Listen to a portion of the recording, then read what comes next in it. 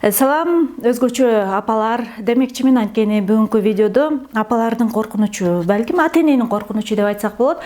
Ата эненин бирден бир кубанычы бул качан жарык дүйнөгө өзүнүн кан жанынан жаралган бала төрөлгөндө аябай кубанабыз. Бирок ошол кубаныч менен бирге эле төрөлөр замат же болбосо ичибизде түйүлдүк пайда болор замат бизде коркунуч сезими коштоп баштайт да. Кош бойлуу кезден баштап боюман түшүп калбаса экен, балам аман эсен төрөлсө экен, ишчери бир майып болуп калбаса экен. Кыскасы, курсагыбызда бала пайда болгондон баштап автоматтык түрдө аны менен бирге коркунуч жаралат.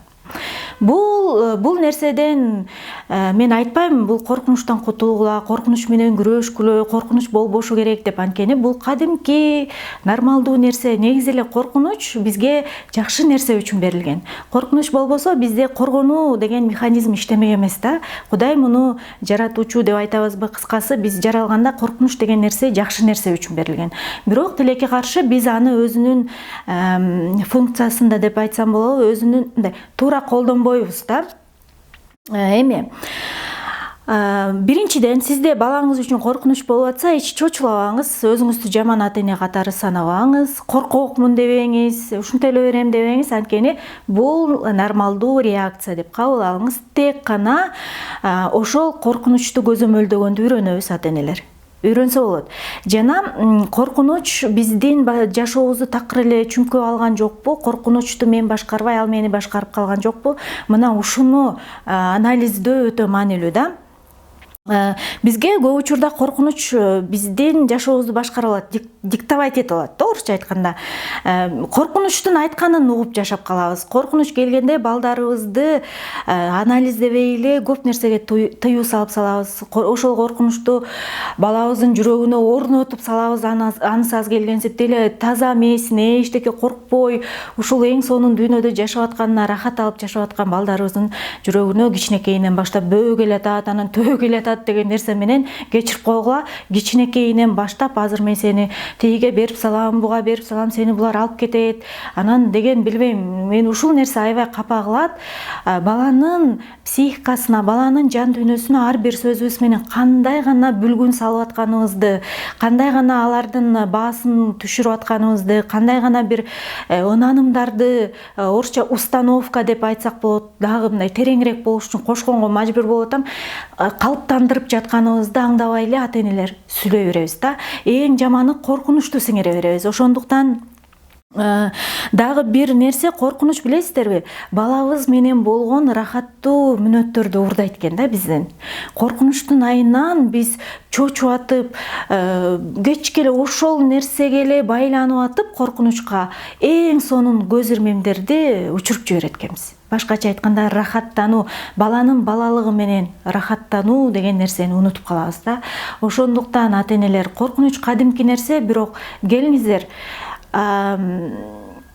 бала нормалдуу эле турса, баланын жашоосуна эч кандай коркунуч туулбай эле турса, бала ал жөнүндө тынчсызданбай эле турса, биз өзүбүздөн өзүбүз бер жакта эле кыйнала бербей, тескерисинче ошо билесиздер, кайсы бир деңгээлде ошол учурда балдардан үлгү алганыбыз жакшы. Анткени балдарда бир жаман ой жок, чочун адамдарга карата.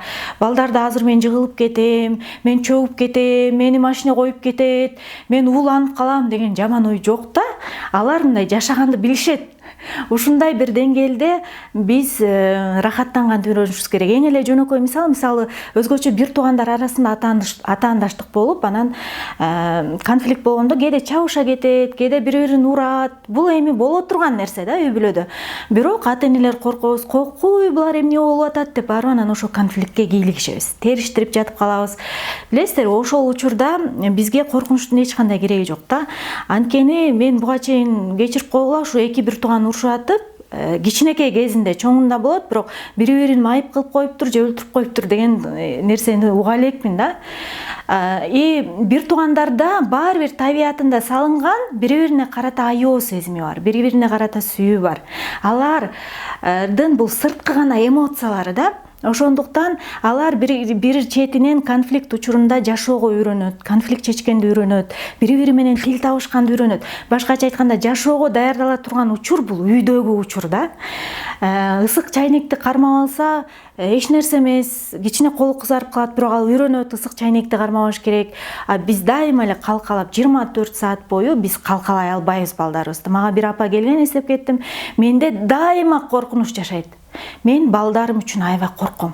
Ал башкача айтканда бул мындай патология, оору болуп калган да. Ошентип атып мындай неврозный, нервный апа болуп калган.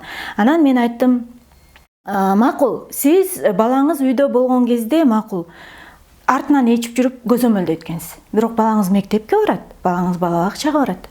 Сиз дайыма суткасына 24 саат бою көзөмөлдөй аласызбы?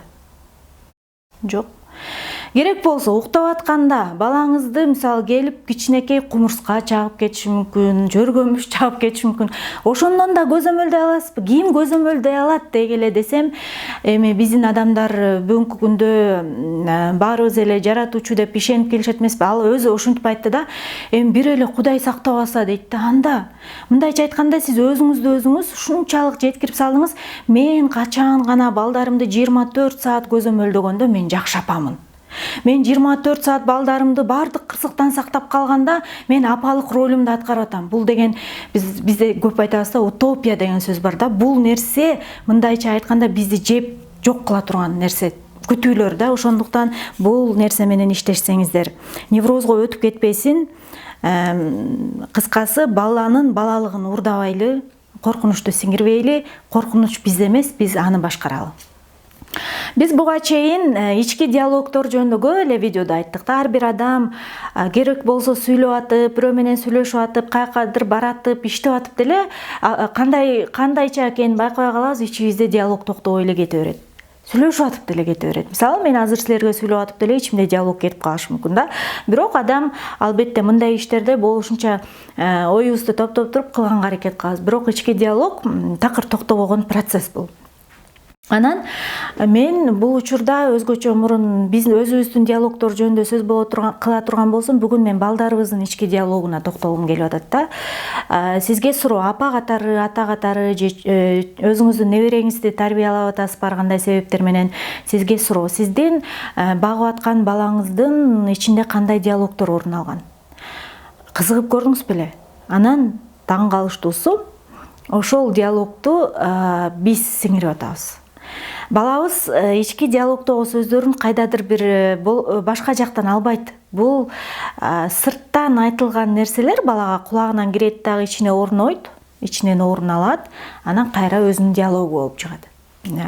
Түшүнүктүүрөөк болуш үчүн бир мисал келтирейин. Мисалы, кенедей бала сабакта отуруп таң каласың мынтет да, эжеке, мен ыр жаттай албайм, анткени мен аябай унутчакмын. Мен эске тутумум начар деп сүйлөп атса, бир жакта туруп, анан мугалим айтат: "Ай сен ай сен баласың, ай. Балдар деген укмуш жаттайт. Балдарга жатташ, балдарга дегеле бирдеке өздөштүрүш аябай жеңил. Борду эзбечи" деген мугалимдер бар да. Билесиздерби? Ошол нерсе мен унутчакмын, мен жакшы жаттай албайм, мен эске тутумум начар деген нерсени бала өзү ойлоп тапкан жок. Муну ага үйдөн бирөө айтты да. Анан бала ичинен мектепте ошондой программа менен окуйт. Мен баары жаттай албайм, мен унутчакмын деп. Бул кандай? Күнүмдүк эле биздин бир түйшүктүү жашообузда эле билбей эле ички диалог сиңире беребиз. Мисалы, балаңыз өзүнүн физкультурага ала турган, дене тарбияга ала турган формасын унутуп калып, жарым жолдон күшүлдөп чуркап келет. "Апа, мен деген формаларымды унутуп калыптырмын" дегенде бизде биринчи реакция кандай? Жалылдыраган, унутуп эле басып жүрөсүң, эсиңе жара чыккыр, 90-догу кемпирдин эске тутуму сеникине караганда жакшы, артыңан эле жүрөм деген сыяктуу бизден негативдүү сөздөр автоматтык түрдө тим эле атылат да оозубуздан. Албетте мен кубанам, эгер позитивдүү реакция кылып, туура программалаштырып жиберип атсаңыз балаңызды мектепке, анда сиз азаматсыз. Бирок мен ишенип турам, көп пайыз апалар ушундай элебиз. Муну моюнга алыш керек. Билесизби, ошол учурда балада автоматтык түрдө ичинде: мен эсиме жара чыгып, мен унутчакмын, менин акыл эсим 90-догу кемпирлик менен да жаман, мен жалдырамамын деген нерсени сиз бүттү, балага бул кирди. Ал эми бала өзү менен иштешпесе, жашоосунда шыктандыруучулар болбосо, психологко барбаса билбейм, бала эгер ошол ынанымдар менен иштешпесе өлөр өлгүчө ошону менен жашайт, ишенип коюңуз. Анан эми келгиле ушул эле реакциянын позитивдүүлүгүн карайбы. Позитивдүү кандай кылсак болот? Сиз дагы ойлонуп көрүңүз, бирок мен бир нерсесин сунуштайын да. Бала чуркап, күшүлдөп, бышылдап кирип келди.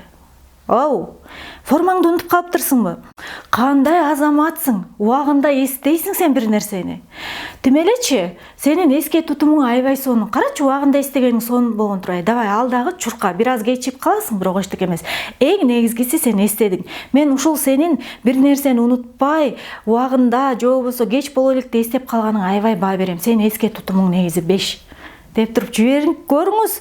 Ошол бала жанагы негативдүү реакция менен кеткен бала менен позитивдүү реакция менен кеткен баланын мектепке барганда билим өздөштүрүүсү биринчиден билинет.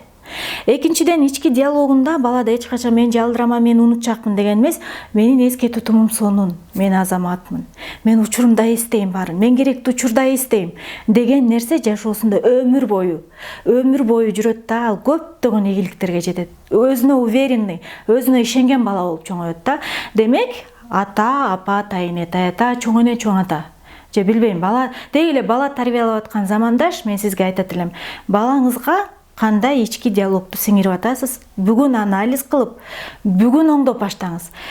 Кеч эмес, эч качан болду эми мен балдарымда болбой калды дебеңиз. Керек болсо 40 жаштагы балаңыздын да ички диалогун өзгөртө аласыз. Андыктан чамдаңыз.